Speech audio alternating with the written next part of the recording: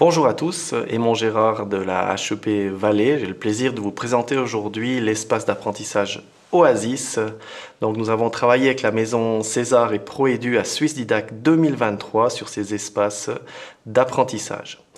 L'espace Oasis, comme on le voit sur cette photo, c'est un espace qu'on pourrait qualifier de détente aussi, et puis on verra que ça a un impact sur l'apprentissage.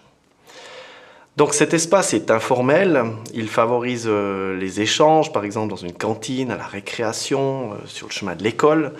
Il y a aussi des zones de repos ou d'activité, de bien-être. Et puis dans les capacités transversales, c'est vrai qu'il y a la prise en compte de l'autre, donc la collaboration, toute cette communication qui se met en place. Et puis aussi la créativité entre pairs, où il y a des rebonds d'idées, des nouvelles idées qui apparaissent. Donc c'est très intéressant comme espace. On voit ici sur cette image donc des élèves qui font une pause, qui boivent quelque chose, qui discutent, etc. Donc c'est typiquement une zone oasis. Les avantages de cette zone, donc on peut s'éloigner des espaces formels, on peut aller en exploration, on peut parler et questionner sans contrainte et cadre. On a un moment de mouvement qu'on peut organiser en classe aussi, qui se fait assez souvent, et il y a beaucoup d'interactions. On peut retrouver aussi d'autres sujets de discussion, avoir des points de vue divergents, collaborer par des jeux à la récréation. Donc on voit plein d'avantages sur ces zones-là. Ici, sur ces images, donc on retrouve au salon Swissdidact le stand qu'on avait avec du plein air aussi. On voit qu'on peut faire des activités oasis à l'extérieur.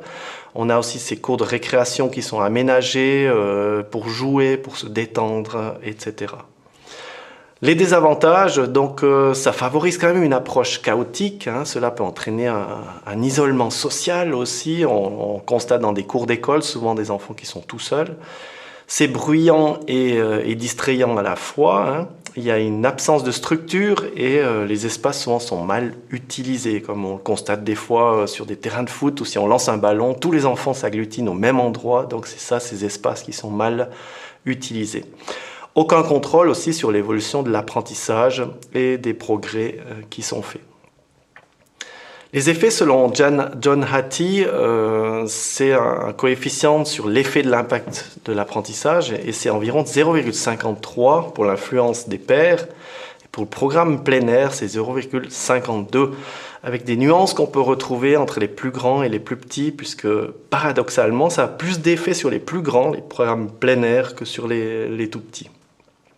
Donc il est important de noter que ce coefficient spécifique, il va varier en fonction de différents facteurs. Ça peut être l'âge, ça peut être la sécurité du milieu oasis. Si vous avez une cantine qui est accueillante, où on se sent en sécurité ou non, ça va limiter peut-être les interactions entre les élèves. Et puis les attractivités aussi.